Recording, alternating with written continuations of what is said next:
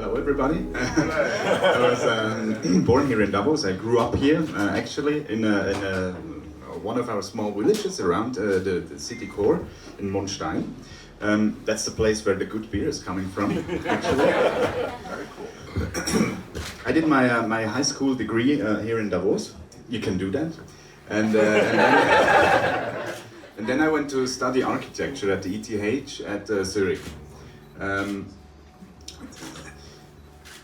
Even when I studied architecture, I kind of I was bound back to the mountains, and I was concerned about a lot of young people leaving the alpine regions, and I really wanted to kind of give to kind of end the situation or turn it around so that the alpine regions can become attractive for young people to live here, to work here again. And I was engaging in politics actually, and became engaged in the maybe I also become engaged with politics because of the World Economic Forum has its annual meeting here in Davos. When I was at school, before I even went to Zurich, we had this situation with the annual meeting taking place here, and we kind of started to think about how the world is working, how economy is working worldwide, how we don't manage climate climate change, and how the world is not in a balance due to the issue of social equality and so on. So actually, I helped organizing a lot of demonstrations during the World Economic Forum when I was starting to get engaged with politics. And then of course I got more into the local politics due to help making the alpine regions a suitable place for modern young people or for everybody to live in. So I engaged in Davos politics. I always engaged in the politics of the region of the canton Graubünden. I was, or still am, a member of the county council, if you want, or no, county parliament actually, and was the president of the cantonal Social Democratic Party, and then I got elected 2020 as mayor of Davos, and now I'm not demonstrating, I'm hosting the annual meeting of the World Economic Forum, and it is really interesting because Davos is such an interesting place, such a contrastful place as well. Last Saturday we had this, I don't even know how to say that in English, the Feeschau, all right? Where farmers come together and present their cows to there is a jury actually, and kind of, there's a, like Miss, not Miss America, but Miss Davos. And this was a week ago, and now we're hosting, all these exciting people from around the world here, and that's just, probably one of the most exciting. Well, no, it's the most exciting place in the world. So that's why I like to be the mayor of that. So nice, Philip. It's always, with humor. I think this is the most important part.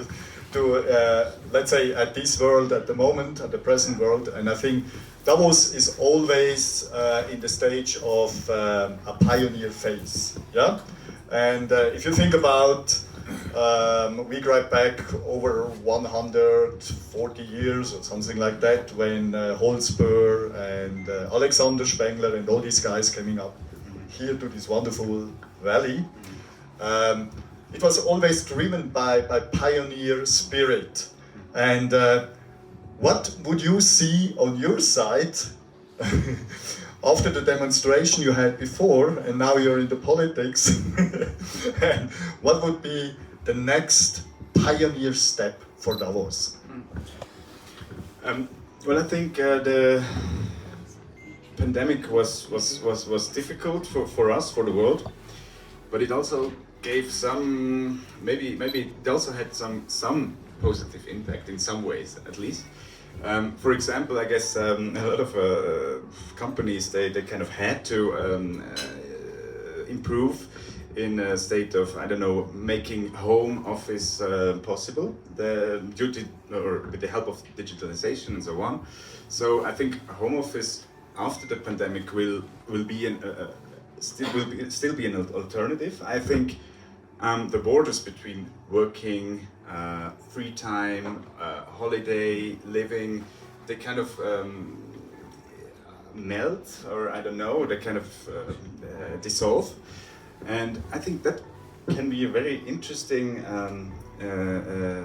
topic for the Alpine region, because I mean, people living in Zurich in winter times, you know that best of us all.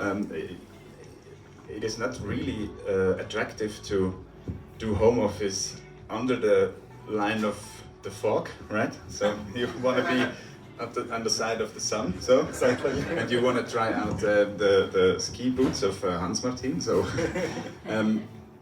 yeah, I think that brings some new possibilities for the Alpine region to become kind of a modern place where you can live and work in this incredible environment.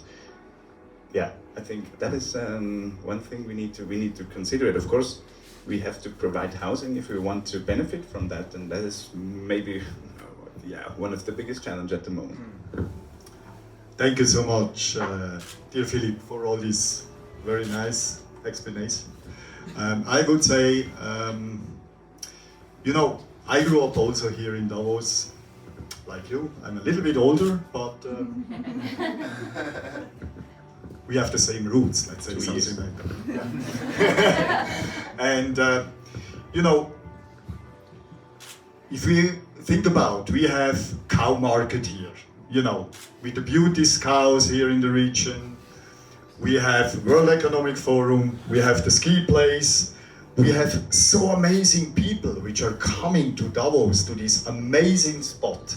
And when I thought about the World Economic Forum, you know, I guiding this now since 51 years. I mean, I was a really small boy, and this was called Management Symposium at that time. And this was amazing when we going out as a young, you know, in our teens, and then we go out to a bar to Davos. We met some prime minister from XX country. We're sitting together, drinking a beer together, you know, and at that time I was 16, I was allowed to drink a beer, to be honest. And it was so amazing, you know, this spirit. And then suddenly it turns into this World Economic Forum, which it was completely closed down, you know. So it was not possible to get to these people anymore, and it was isolated. And this was really, it was a little bit sad to see that Davos is just a platform which is, I mean, of course, we earn quite a lot of money, all of us, during this period.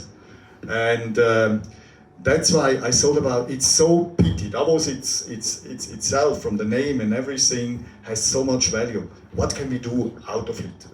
And this was the inspiration actually to do something here in Davos, to have the possibility, bring these people together, start something new with these people, a new pioneer spirit bring into this valley.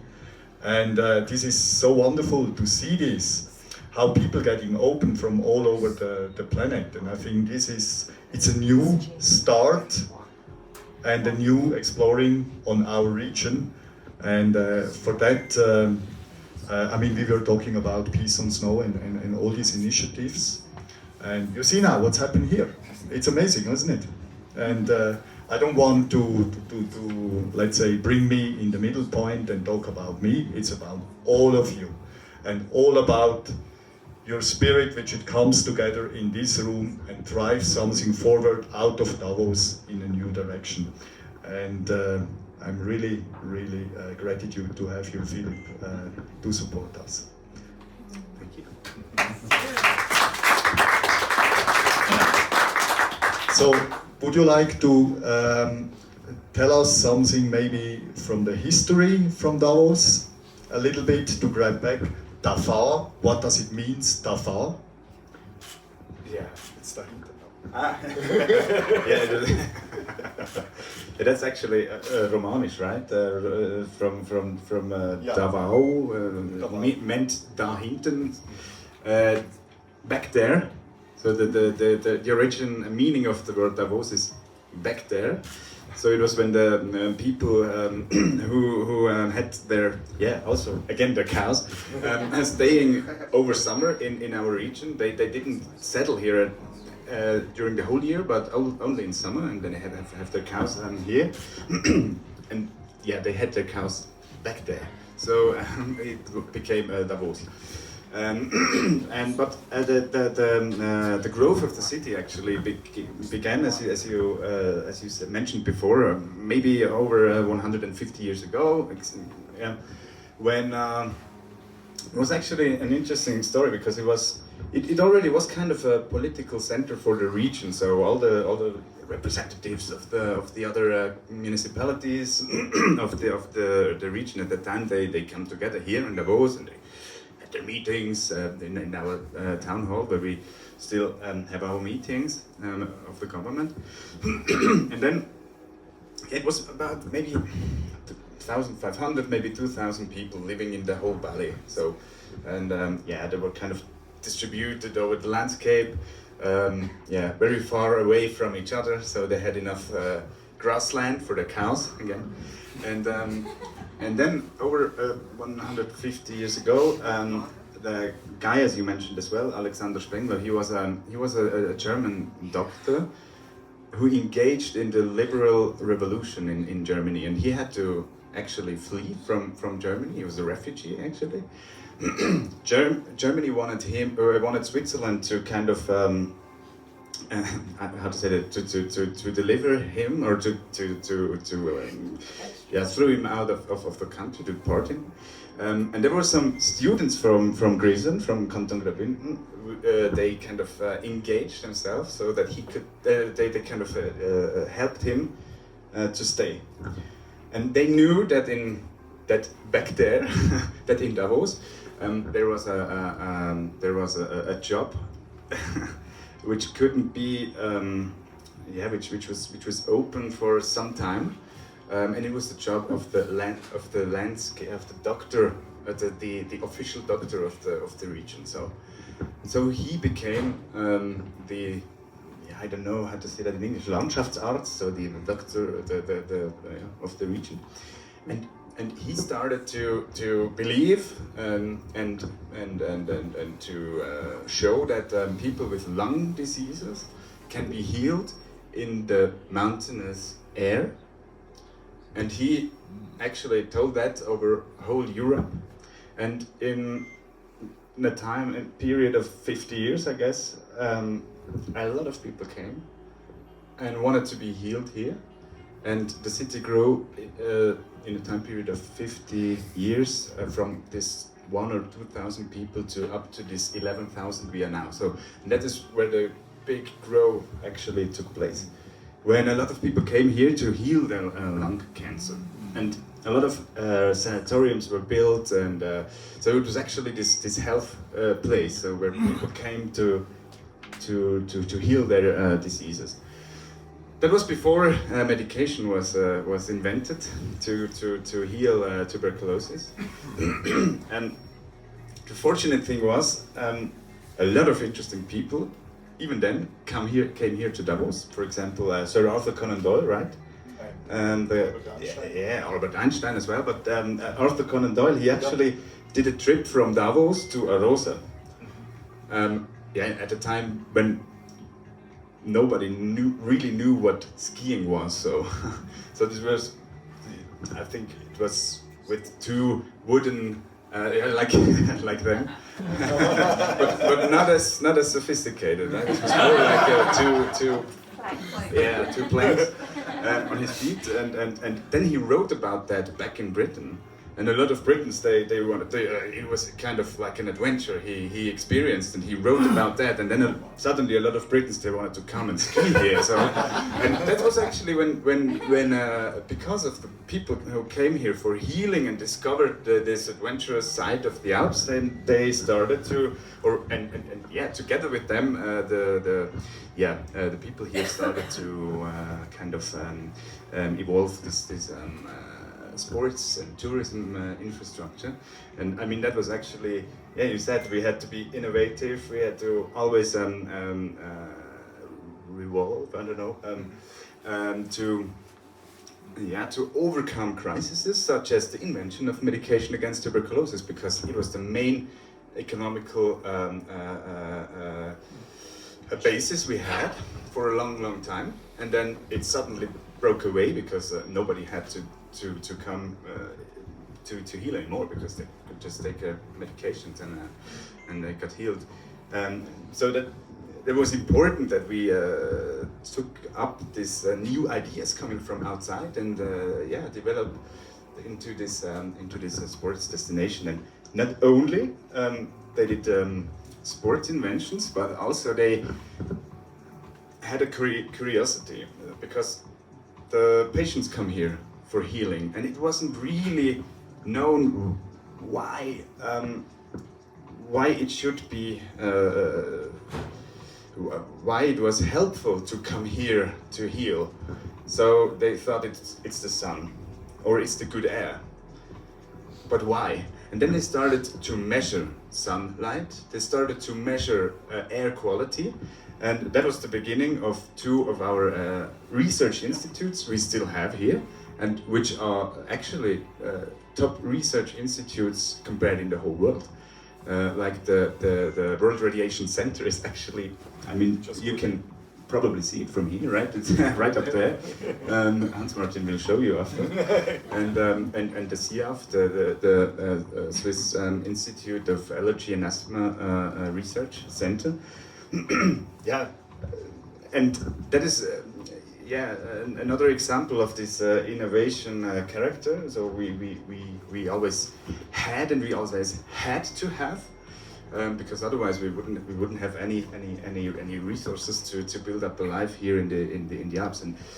And I think that's maybe another point when now we have this week. A lot of people are coming together for this week. You are here, the people in the Congress Center are here, and so on. But in Davos, they're living people 365 years a day. They do the research. We have these health institutions. We have the tourists, congresses, and so on. So that's also important to mention, that Davos doesn't exist only 5 days a year. It exists 365 days a year. Can I ask a question? Yeah, sure. Just finish quick the panel, and then we open for the audience. Is that okay? Okay, great. Thank you so much, Philip. It's to dive in a little bit on the history about Davos. You know, it's really fascinating, and I think it's important for the people also, which are our nice guests here during this period, that they know a little bit about the history here, right? So in just maybe 2 sentences, if you just can say, what is your wish for the next 2 years here in Davos? Just bring it in short words, and then we are open to the audience for a question and answer. Is that okay? Mm-hmm. Okay.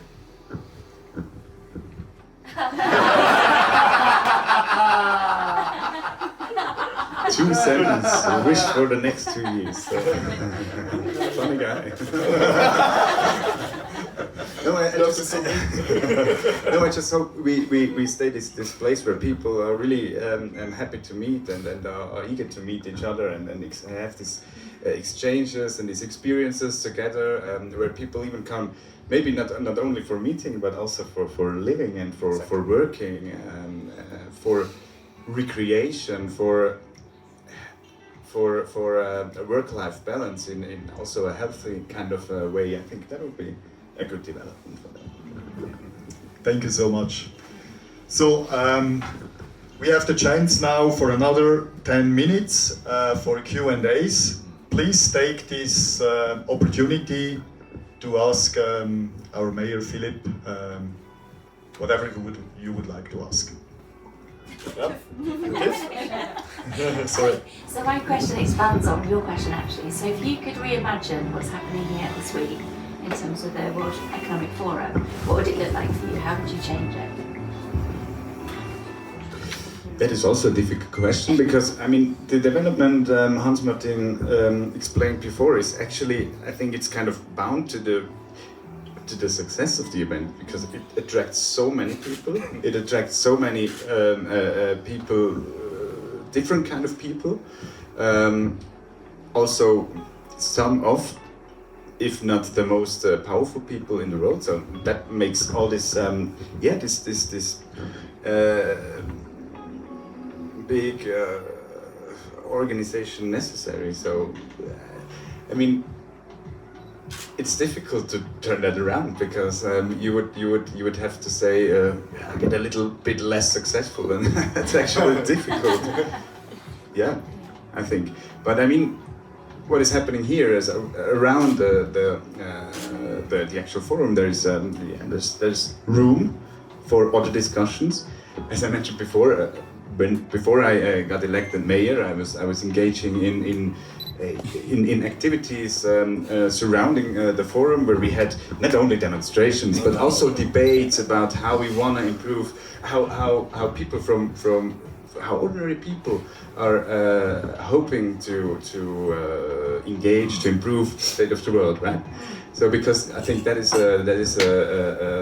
a question concerning all the people. So, and I think that is an important issue, and then for me it was also important to enable that there is room for different types of discussion and for all the people to kind of being able to join this debate. Royston? Certainly it's been a fabulous experience, and Davos is a great spiritual centre going back many, many years.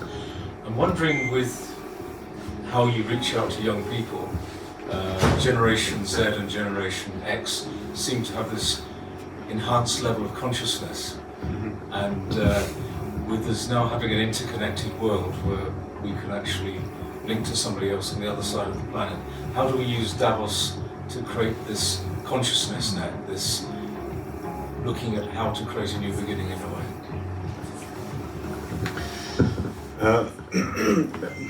Maybe I have to answer with an experience not from the forum, but from our work during the year. We really try to not have the idea that we in the town hall are the people who know everything and what we think is the right way to go. So we try to kind of include as many people as we can in our decision making. So actually at the moment we are renewing the strategy of town planning, which some of you might have recognized is really necessary, and we really want to go forward with that, and then we include as many people, not as many, but as a wide range as we can reach, and there it is also important for us to include young people, to have them to have them to be part of this participation process. So, for example, we have two guys in a 30s people group. There's two guys from the climate activists, from the young climate activists, which participate in this debate on how we should go on with our town planning, for example. I think it is important to include young people into decision making, and I think there's a lot of potential still. So we're not there yet, but we try to do that. Thank you very much. This gentleman. Thank you so much for being here, Mayor Philip. I work in the U.S. government, because on the National Council, the federal board on accessibility. Worked on 3 U.S. administrations, as well as with the United Nations on an international convention on the rights of persons with disabilities. So my interest has always been, both as an urban planner, I teach urban planning and I help advise on master planning of cities. My interest has been in urban transformation. What are your thoughts on the idea of maintaining a beautiful balance between sustainability, innovation, and inclusion in a city like Davos? How can you bring the governance and the participation aspect into the master plan of Davos for the next 20 years? Are there practical mechanisms that you see to create more participation, innovation, and inclusion within the city government? I think it's actually the same mechanism as I explained before. And for the ongoing process, the ongoing planning process, we actually created a new Stelle, a new. It's not a board. It's a new job, or new job in the municipality, a new office actually, Yeah. which only cares about this planning issues, and I think that is really important because before it was kind of every department was doing their thing, so and now we have this I don't know, Stabsstelle, I don't know how to say that in English, but sorry? Coordination. Yeah, kind of coordination. Person who coordinates all this this town planning. And it is a person which is really sensitive to the terms of inclusion, participation. I think it's actually a consciousness thing as well. So you have to be open to participation, otherwise it won't be happening. So you need the right people who actually want to work in in ways of participation. So I think it's about Just it's about this. a follow-up. Have you been aware of the Davos? Yesterday at the World Economic Forum, there was a launch of the Davos token.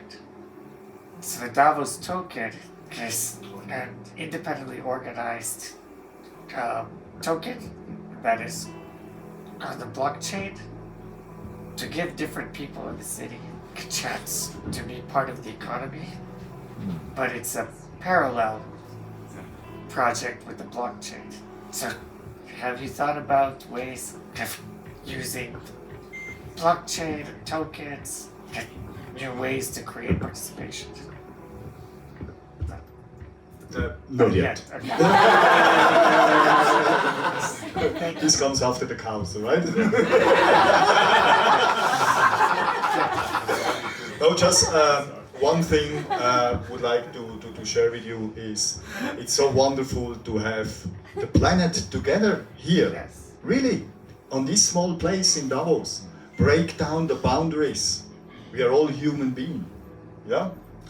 It is. And I think this is our big wish for the future, right? And that we are all a human family which has to survive on this planet on a very nice environment. And I think this is also a topic about sustainable economy. That sounds like a very, very nice final words.